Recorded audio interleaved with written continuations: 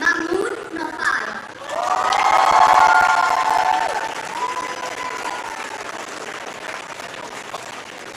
Shakara Natmakawa.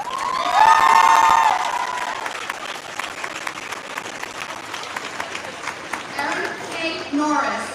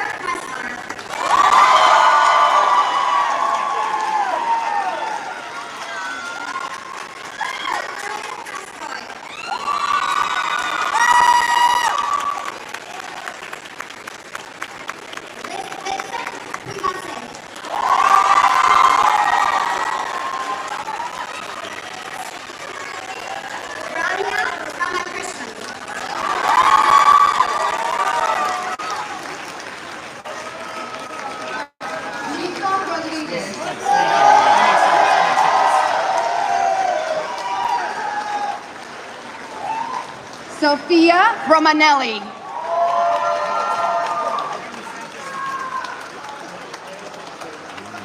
Philip Brombach.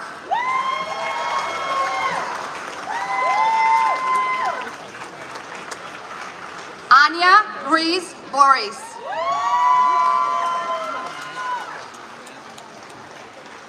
Farhana Sarwar.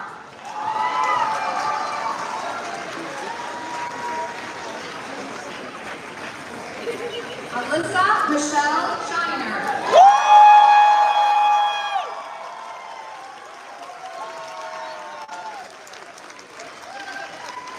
Anushka Shah.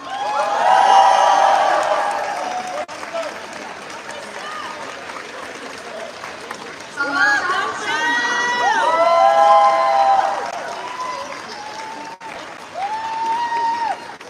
Christopher Cho Shin.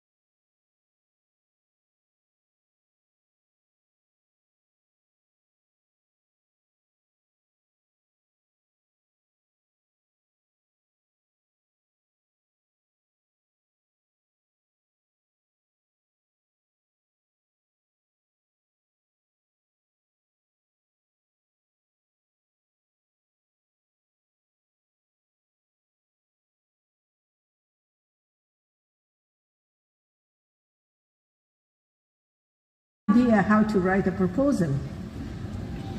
I tried and my proposal was accepted.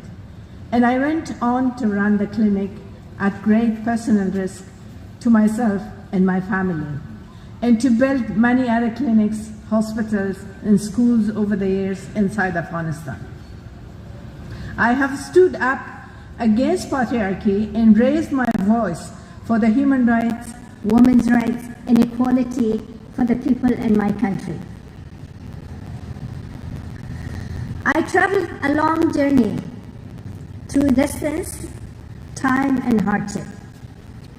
But I am proud to tell you today that due to my resistance and persistence, I helped change and improve the life of hundreds of thousands, if not millions of people suffering from injustice.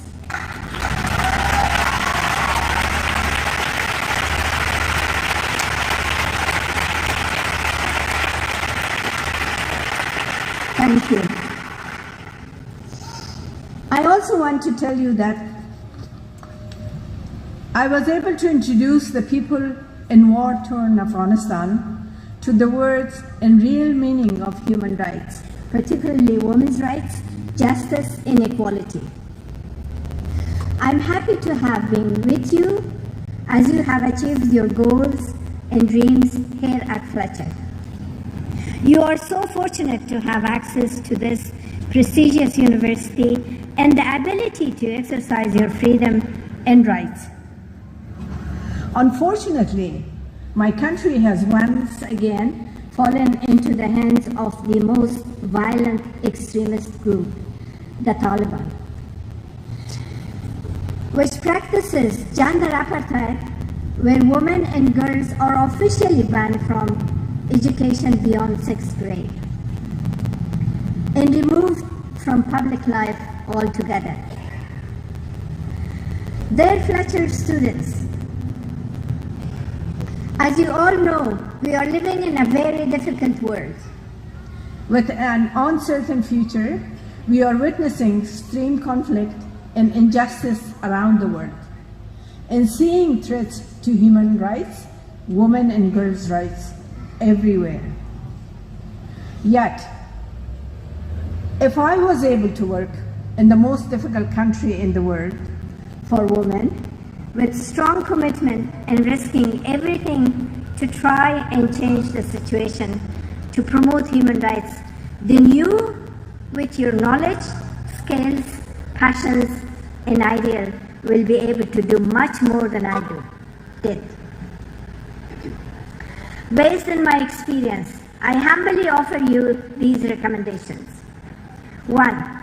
As a student of the Fletcher School, you are the future of diplomacy, scholarship, activism, and practice. You can use your knowledge to promote access to quality education to everyone and try to bring positive changes to the life of the people. Please remain curious and open to learning. There is no end for learning science and knowledge. 2. Put human rights and equality at the center of your work in your daily lives. Discrimination based on gender is the root cause of violent conflict. A world with peace, security, and sustainable development will not be possible without human rights, and none of this is possible without women's full participation. 3. Be honest to yourself and to your country.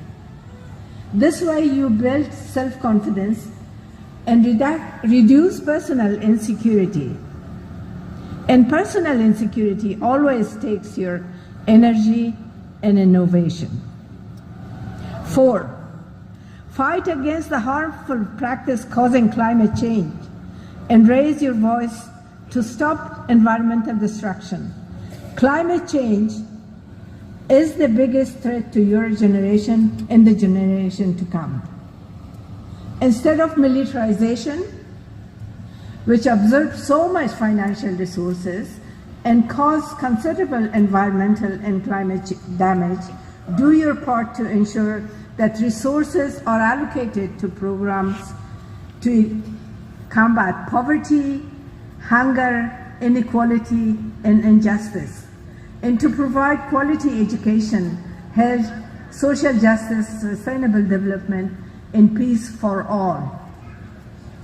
5. We all need to remember that discrimination, violation of human rights, and terrorism will never be contained to a specific geographical boundaries. This horror will eventually reach everywhere, as history has shown us. We don't need to repeat the mistake. To avoid human-made disasters, we need to think beyond our own homes and countries. The world should run by rule of law and justice. We must end the culture of impunity everywhere and today. Finally, I have every confidence in your ability as future leaders within your respective countries.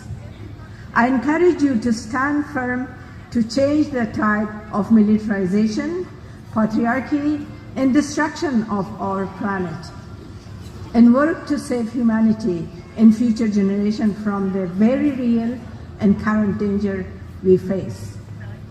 This is a time of a great challenge. I believe that you all are well prepared to meet these challenges. I wish you all very success, and once again thanks for the opportunity to be part of this unforgettable day in your life. Let's stand united for saving the human dignity. Congratulations, and I wish you all the best.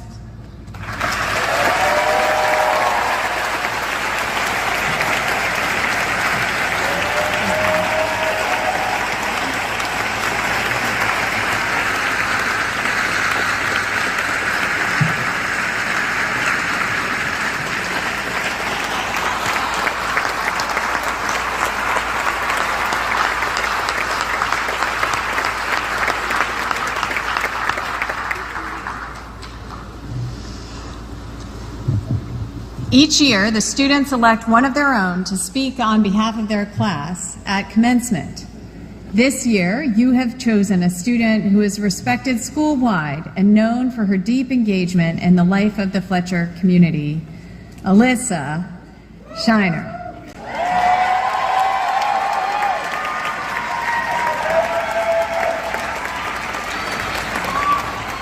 Alyssa is beloved, as you can tell, by her classmates and her community. She is everywhere at Fletcher, supporting the Gender Conference, participating in many student clubs, working as a graduate assistant, playing for 2 years in the school's band, the Flecheros, and joining Fletcher's delegation to COP28 last semester. She is also one of our Honor Civicus honorees this year. She sets a gold standard for academic and civic leadership. Alyssa, please come forward and address the commencement audience.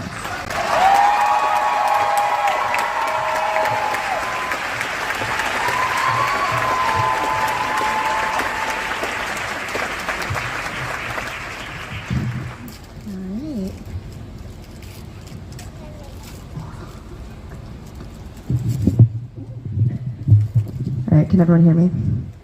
Cool.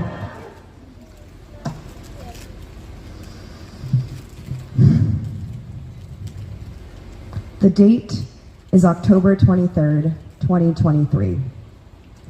I'm sitting in the Crow Room, a rectangular room on one side lined with embedded bookshelves, on the other side, windows let in rays of light that flicker the dust as it settles. The professor convenes those assembled at a long wooden table in the center of the room. On any other day, I would be excited to be here. We're talking about measuring power, a concept so ambiguous that the thought of quantifying it piques my curiosity. But I'm not excited to be in this classroom. I'm not excited to be measuring power. The date is October 23rd, 2023. 3 weeks after Hamas launched a surprise attack on Israel and Israel's bombardment of the Gaza Strip began. Reports of civilian casualties, hospital bombings, and mass displacement consume my notifications. My friends are tired. I am tired. I'm so exhausted from the news that schoolwork has become somewhat meaningless. Family members and friends are being called up into the reserves in Israel. There is a fear that they might not come home. While simultaneously, I'm anxiously waiting to hear if someone I know is on the list of people killed in Gaza. I'm acutely aware of my position, a white Jewish American sitting at an elite private institution while Gaza's universities are being bombed, purportedly for my own safety. I am sitting in this room where generations of Fletcher students have sat before me, and I'm thinking, what's the point of all of this? What's the point of measuring power when people are being killed? What's the point of learning when people in Gaza and the West Bank have seen their lives uprooted? What's the point if I feel like there's nothing I can do about it? So from the depths of that despair came the inspiration for this speech. How are we, as Fletcher students, meant to join the world as international relations professionals when the world's problems seem more complex and more dire than ever before? I.e., what was the point of all of this? And I want to be super clear about this. I don't have a definitive answer for you. In fact, I would welcome discourse on if this is even the right question to ask. But what I do know is that our Fletcher education has taught us how to go about framing these questions and finding these complex answers. And our experience of this last academic year is a case study in how conflict can unearth deep wounds within our communities and within ourselves, how we sometimes can and sometimes cannot address the intersecting power dynamics and identity politics that come with any major world event. And most importantly, what we learn from it all.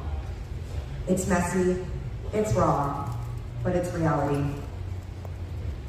I also want to be perfectly clear about this. As horrific as the humanitarian situation in Gaza is, numerous other conflicts and crises are happening in the world right now.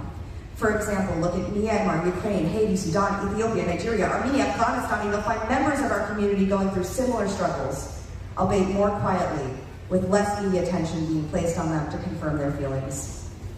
And this is not even to mention the personal struggles we have dealt with this past year that don't rise to the level of geopolitical significance, that wreck us and make us feel alone. So what has Fletcher taught us that will allow us to take on wicked problems while also remembering to take care of ourselves? Well, I'm an aspiring academic, so my instinct was to gather data, synthesize, and analyze.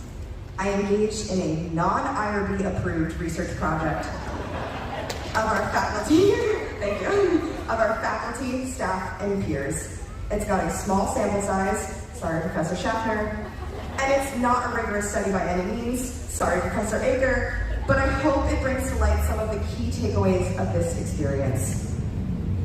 Professor Wilson urges us to stay curious, and Professor Aker compels us to critically analyze the validity of research and policy.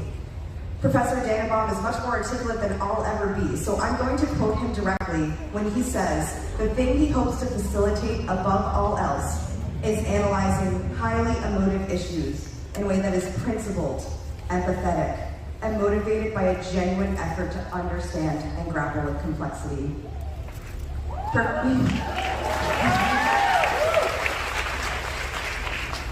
Professor Dresner pushes us not to lose hope, and Professor McCracken reminds us to consider both the human and environmental impacts of our work. Finally, Professor Kahn turned all of my questions back on me, as he is wont to do, which is a reminder that maybe the answers we are seeking were inside of us all along, or as he says in the footnotes. Beyond the practical and intangible skills of our professors have fostered in us, there's another power at play at Fletcher, and it's the power of our community. When I think about the struggles of this past year, I'm often left feeling alone. But that feeling of isolation is a fabricated one. The reality is, despite this year of intensity, of complexity, of unexpectedness, we have been supported by a community of people who genuinely care about each other. And there are tangible ways this community has engaged with one another in spite of, or maybe because of, intensity, complexity, and unexpectedness. We haven't let cynicism smother our civic responsibility, nor have we given up on each other. A few examples of the numerous, and I encourage you to reflect on your own experiences as I list mine. It's the Fletcher Students for Palestine organizing teach-ins. It's conferences like Decolonizing International Relations, the Conference on Gender and International Affairs, and the Africana Conference that bring marginalized voices to the fore of the IR experience.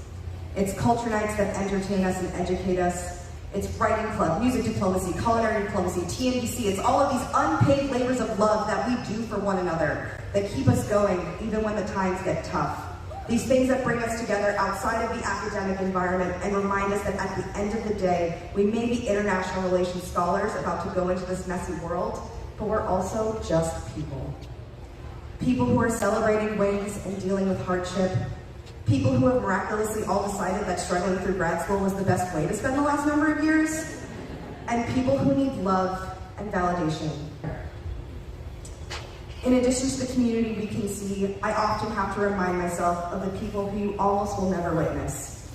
Facilities workers, building managers, Fletcher admin that keep the lights on and protect our right to organize, student affairs staff that work tirelessly to ensure that we are able to do any of the things I just mentioned. Those who do thankless and often invisible jobs also include our families, our partners, our chosen families.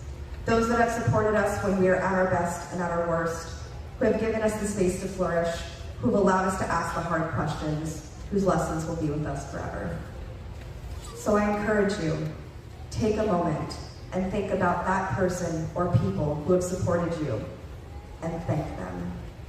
At the reception, in a text, in a phone call. And if the person you thought of isn't on this earth anymore, I encourage you to do something today in their memory. So, what was the point of all this? For you, I don't know. But what I do know is that we are able to find those answers by virtue of our Fletcher education, the support of our professors, the staff, and our friends. And it is because of this education that we are responsible for understanding the nuance of world challenges, for leading with empathy, and for taking care of one another in spite of, or maybe because of, difference. This responsibility is both daunting and inspiring, and it makes me think of another ambiguous concept: hope. How do we measure hope? It might be almost as difficult to quantify as power, but I know we are equipped to try and find out. So let's find out. Thank you and congratulations, everyone.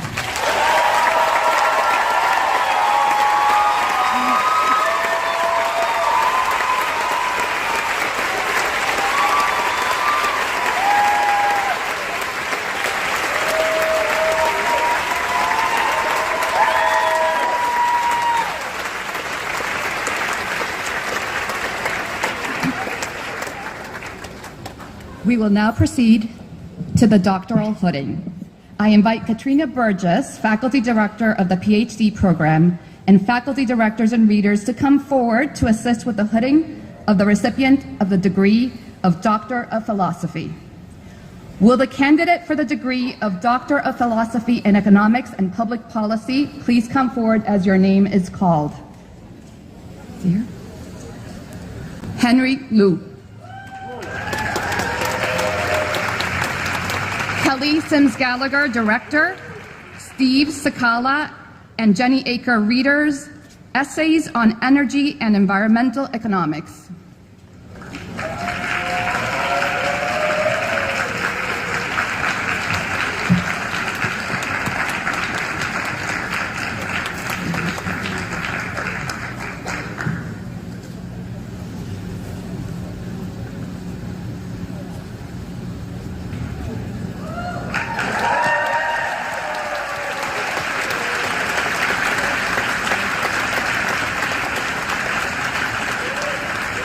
Will the candidates for the degree of Doctor of Philosophy in International Relations please come forward as your names are called?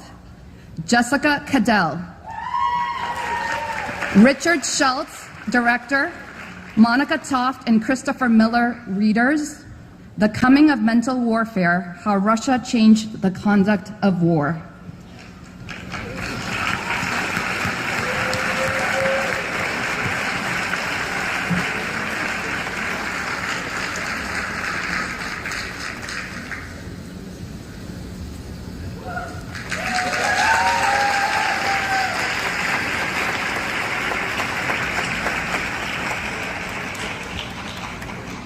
Zoltan Fahed. Robert L. Falsgraf, Director. Monica Toft and Jeffrey Talafiero, Readers. The Sources of American Conduct, U.S. Strategy, China's Rise, and International Order.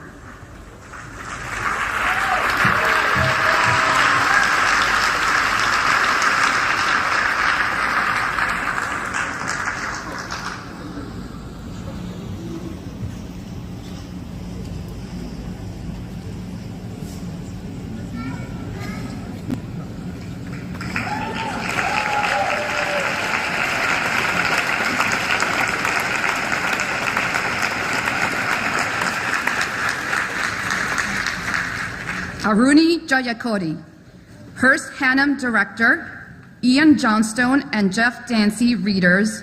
Commitment and Compliance, Impact of International Human Rights Institutions in Sri Lanka and Nepal.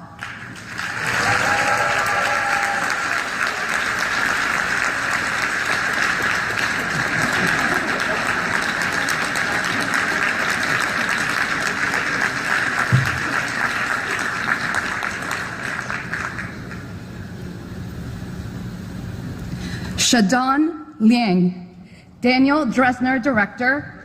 Monica Toft and Jonathan Caberly, Readers. Military Rule and Military Industry, Prerogatives and Interests.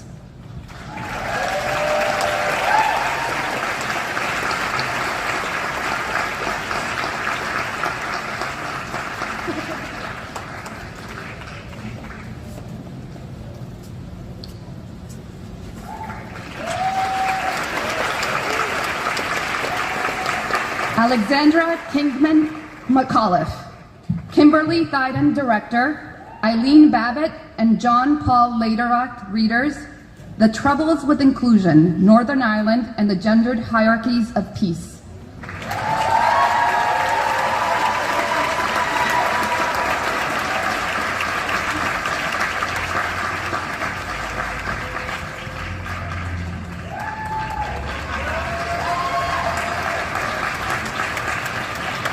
Kinsey Spears, Diane Mazarana, Director. Abigail Linnington and Phoebe Donnelly, Readers. Women, Peace and Security in the United States Department of Defense, Roadblocks and Entry Points for Implementation.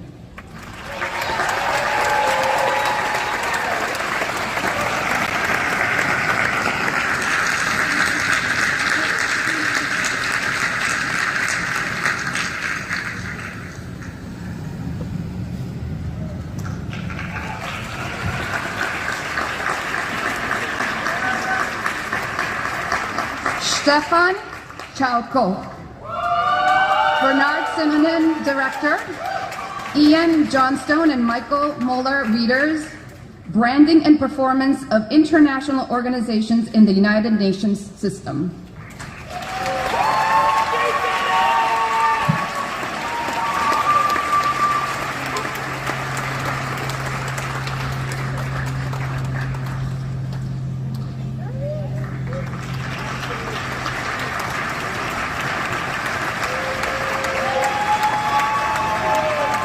We will now proceed to the awarding of diplomas.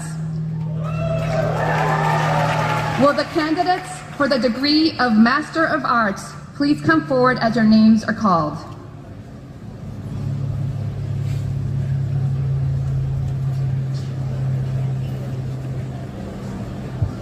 Robert Anthony Beadle.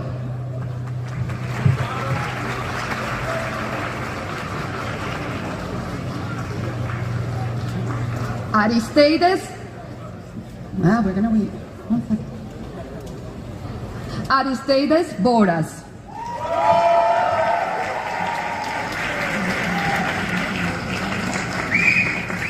Michael Bruce.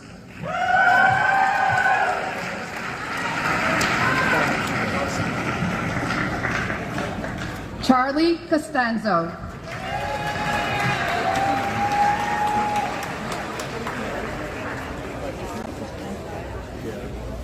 George Dracopoulos.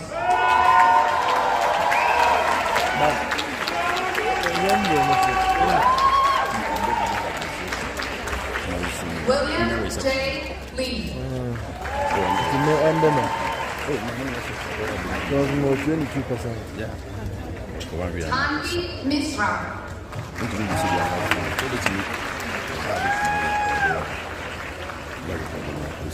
Robert Mark Nelson. Was a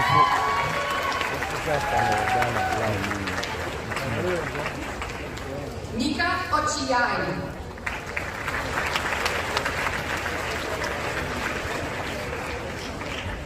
Mónica Rosales.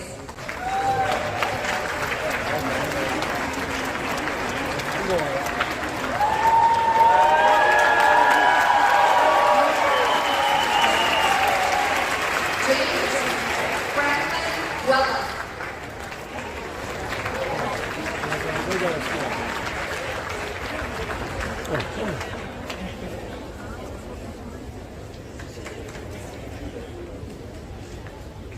Linka Winterstein.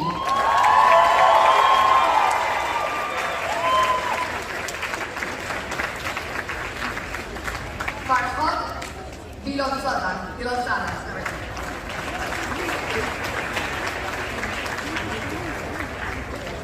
Will the candidates for the degree of Master of Arts in Law and Diplomacy please come forward as your names are called? Zana Alinte.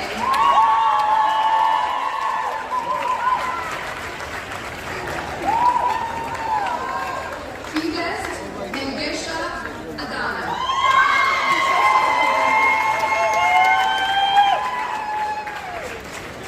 Arushi Agarwal.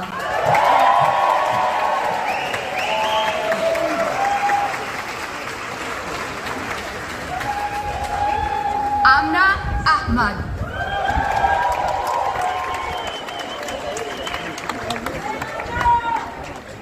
Ishan Ajez.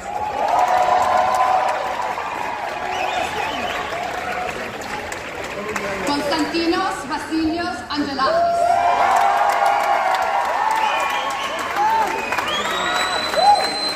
Teju Anjagi.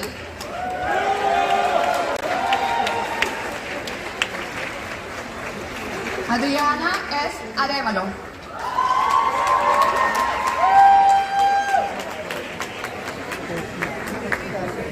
Syra Aslam.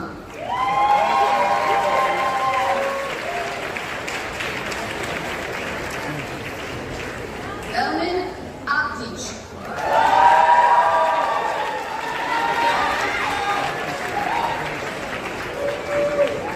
Kate Asen.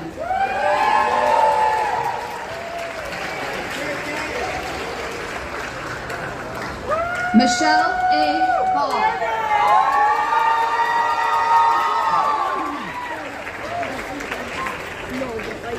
Zain Basha.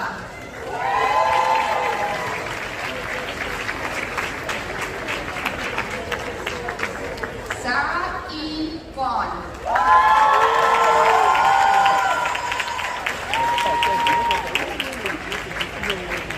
Jonathan Andrew Bennett.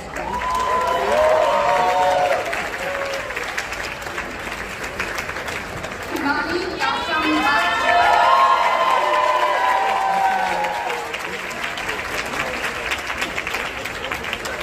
Emma Bixler.